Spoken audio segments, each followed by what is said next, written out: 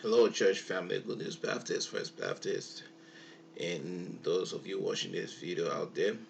We want to welcome you to our Take 5 for this week. And today we want to talk about one of the components that we spoke on last Sunday, Paul's joy in glorifying Christ in life and death. And what we want to talk about, how Paul glorified Christ through his personal suffering in verse 19 to 20.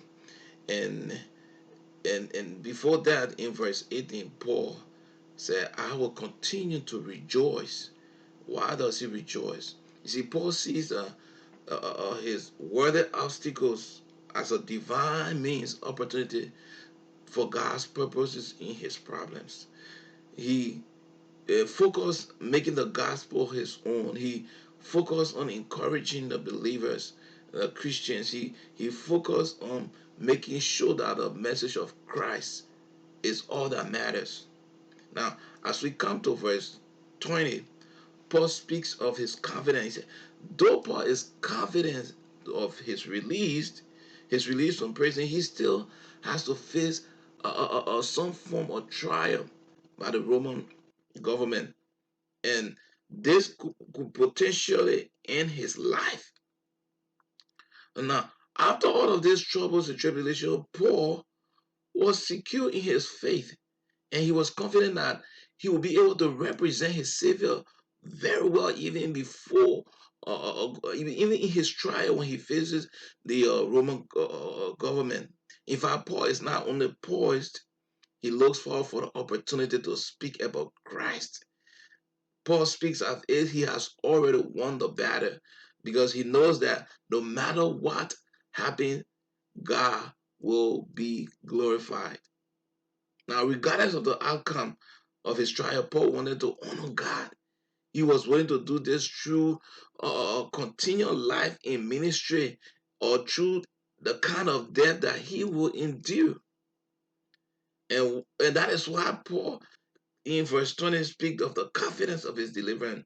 He said, whatever happens to me, whether I'm released or executed, he said, I will be delivered. What about life or death? Paul trusted and admitted to the Philippians that he might not be even released from prison, but might be instead his life might be ended. But yet and still, Christ is still being glorified in his personal sufferings. And here is why we can learn from this church. Paul lived his life not to preserve or promote himself, but to glorify Christ. Now, if Jesus should one day decide that Paul could best glorify him through laying down his life, Paul will be well pleased in doing just that. He will seize on that opportunity. You see, it is easy for us to dictate to God how to uh uh uh how he can and cannot be glorified in our lives. But instead, Paul wisely did this by lifting all up to God. He declares that his sole purpose for living was to glorify Christ, even in his sufferings. Now, brethren, since God is the source of our goodness, his glory is the wellspring of our joy. God's glory is the wellspring of all our joy. And what God does for his own sake benefits us. We may not understand that.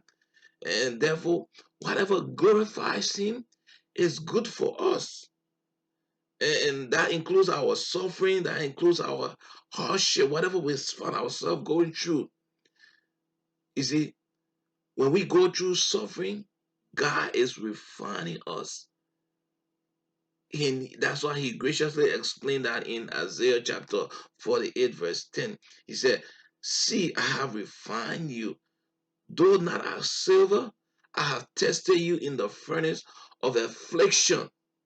For my own sake, for my own sake, I do this.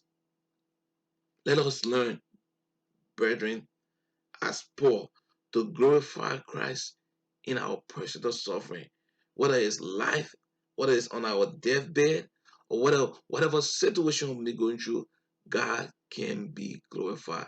I just want to take this time to encourage you to trust God even in your personal suffering. God bless you.